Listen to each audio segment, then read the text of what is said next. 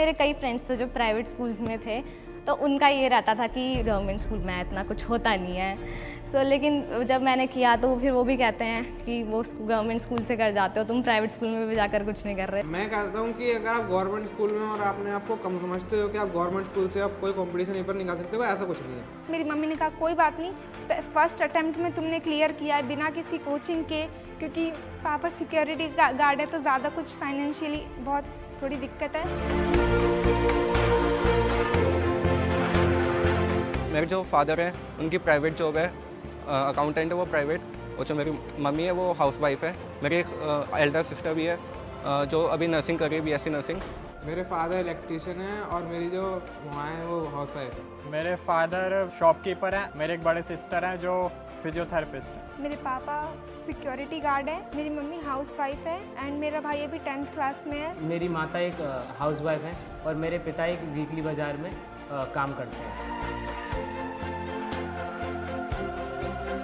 Pandemic था तो हमें टैब भी प्रोवाइड किए गए थे स्कूल की तरफ से ताकि हम पढ़ सकें। छोटी स्क्रीन होती थी तो थोड़ी सी दिक्कत आती थी, बाद में जब टैबलेट आया तो बड़ी स्क्रीन हो गई और स्टडी में एक बेनिफिट था ही। जब मैं 8th में आई तो उसमें हमारे टीचर्स एक तो रेगुलर थे और हमें पूरा मोटिवेट करते थे कि तुम और क्या क्या कर सकते हो। जैसे कि मैं मैथ्स क्विज में कई बार डिस्ट्रिक्ट लेवल तक गई। हमारे स्कूल में कई सारे क्लब शुरू किए गए थे, जैसे theatre club, English literature club, eco club and all. तो वहाँ पे एक्सप्लोर करने का काफ़ी मौका मिला।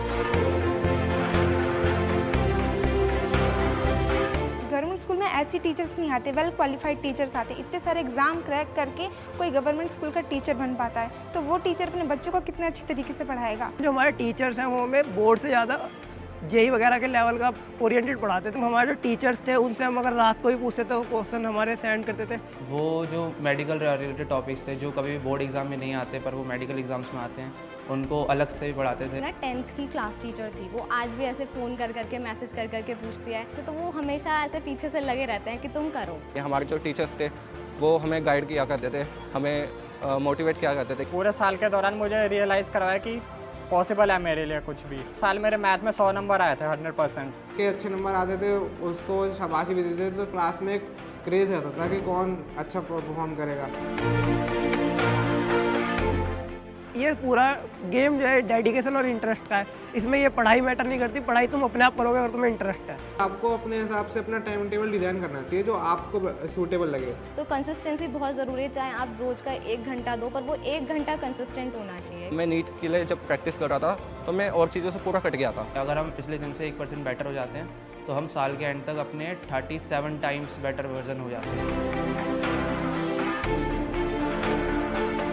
मैं नेफ्रोलॉजिस्ट की फील्ड में स्पेशलाइजेशन करना चाहता हूँ। मिडिल क्लास और लोअर क्लास हो गए, उनको अच्छा ट्रीटमेंट नहीं मिल पाता। अब मेरी रैंक और मार्क्स सुन के बहुत खुशी होते हैं, तो अंदर से हैप्पीनेस आती है कि हाँ ये एक अचीवमेंट अचीव करा है। अभी भी मैं मतलब डिमोटिवेट होती थी तो मुझे ये लाइन याद आती थी, पत्थर पर जब रस्सी घिस घिस के उस पर निशान पड़ सकता है तो फिर कुछ भी हो सकता है लाइफ में।